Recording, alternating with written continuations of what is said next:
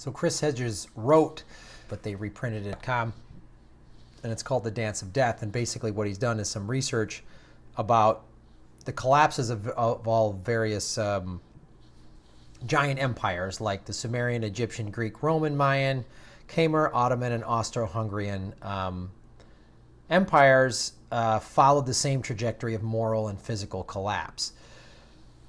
And it's a fantastic read. I'll put the link below and I'll read some more excerpts from it. And he basically is telling where we're at, where America is right now. And the one thing that he doesn't offer in this is any sort of like solution. Sometimes Hedges can be a little bleak, but he's brilliant and I love what he writes. So one of the solutions that he offers, not in this article, but in Death of the Liberal Class, is everybody resisting on even small little levels. And I've talked about this before on the Super Chats when we get into these discussions. And we all have to participate in a certain level. We all have to do something about it. And I know for me, and I'm sure this is true with a lot of people, sometimes the task seems daunting when I look at the entire world, when I look at the United States and the military-industrial complex and the oil industry and the pharma and the climate change, and oh my God, I feel overwhelmed. And what can I, one dude, one comedian with a little YouTube channel, and a couple thousand followers, what could I possibly do? And I think what Hedges talks about in Death of the Liberal Class is we need to all do some things in our little ways. And one of the things that keeps me from going crazy when I read about everything that's going on is I vote for certain things. I say a lot on the show, vote for your dollars. Today I'm going to go to a movie and I have a show to do in Hollywood and I'm going to take public transportation there and my girlfriend's going to meet me and we're going to carpool back. So we're leaving one car at home. And little things like that. It might not seem like a lot, but it is. And I think everyone has to ask themselves, how am I helping? What can I do to participate? And it might be a small little thing. All of us can't just suddenly quit our jobs and, join the resistance and join the Peace Corps, whatever. That's not feasible, but there's a bunch of little things we can do. Because here's where we're at, according to Hedges, and I tend to agree with everything he's saying. The ruling corporate elites no longer seek to build, they seek to destroy. They are agents of death. They crave the unimpeded power to cannibalize the country and pollute and degrade the ecosystem to feed an insatiable lust for wealth, power, and hedonism. Wars and military virtues are celebrated. Intelligence, empathy, and the common good are banished. Culture is degraded to patriotic kitsch. Education is designed only to install technical proficiency to serve the poisonous engine of corporate capitalism. Historical amnesia shuts off from the past, the present, and the future. Those branded as unproductive or redundant are discarded and left to struggle in poverty, are locked away in cages. State repression is indiscriminate and brutal, and presiding over the tawdry Grand Guignol is a deranged ringmaster tweeting absurdities from the White House. Who's he talking about? And then the next paragraph, he talks about all those, the Greek and Roman and Austro-Hungarian, all those empires followed the same trajectory of moral and physical collapse. Those who rule at the end of empire are psychopaths, imbeciles, narcissists, and deviants. The equivalents of the depraved Roman emperors Caligula, Nero, Tiberius, and Commodus.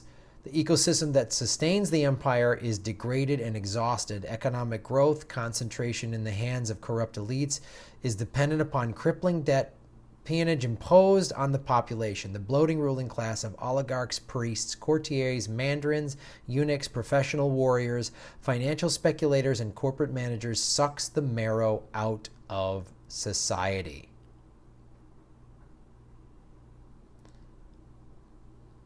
It's where we're at.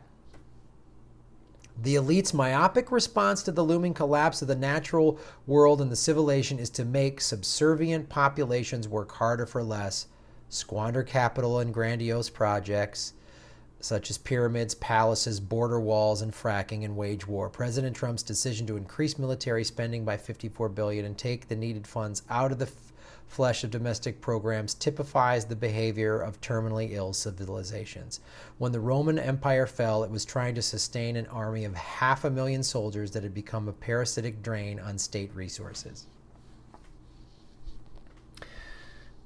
That's what Rome did. It spread itself way too thin. And I've reported on this.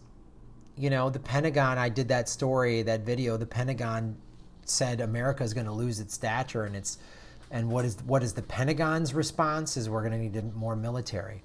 So we, the individuals, we society need to start resisting, and one way to resist is just to circumvent. And there's many little ways to do that.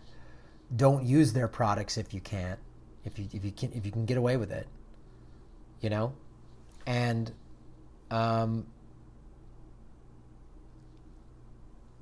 how to recognize this, because that's another thing he talks about, and also Freud talked about it. He did a study right before in Civilization and Its Discontents, on the eve of the European fascism of World War II. Freud talked about this. And people embrace one of two things, either a love of life or a love of death. And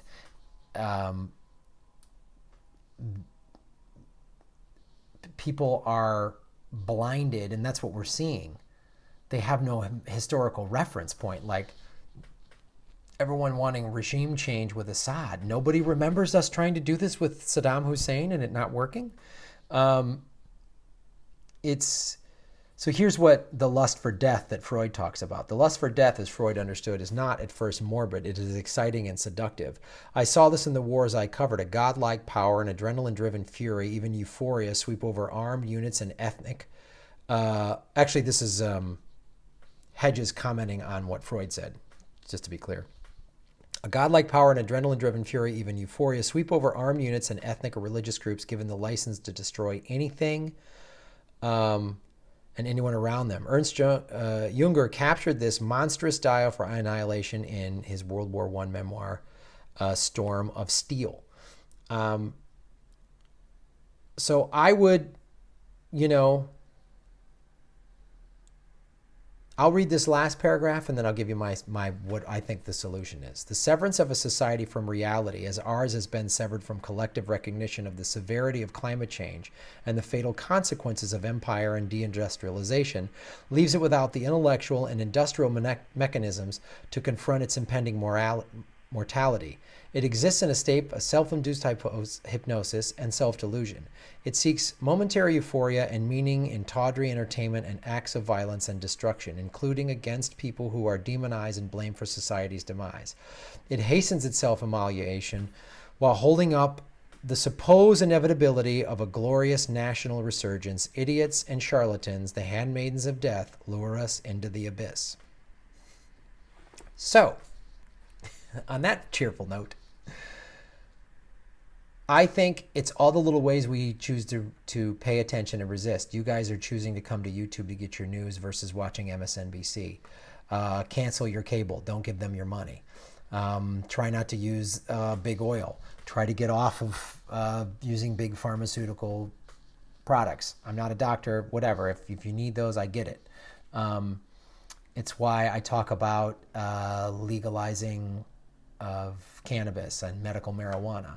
And also, I've learned to take breaks. I need to go surfing. I need to go yoga. I need to go laugh and goof off, because sometimes watching all of this and reading and doing all this research can be a little like, oh man. So that's what I suggest to you. And then also try to get your friends and family that are DNC purists or neoliberals or whatever, even if you live in a Trump area, to wake up a little bit to this. Show them a little information. Give them one of these videos that you think they might be on board with and say, do you see that? Here's the information. Point them to the facts. And we are starting to see a lot of people paying more attention at all the town halls and everything like that. And we'll see. We could turn it around. It is possible if everyone starts paying attention, which more and more people are. People like you. Thanks for watching. Thanks for supporting the Patreon. Like, subscribe, and share on your social media.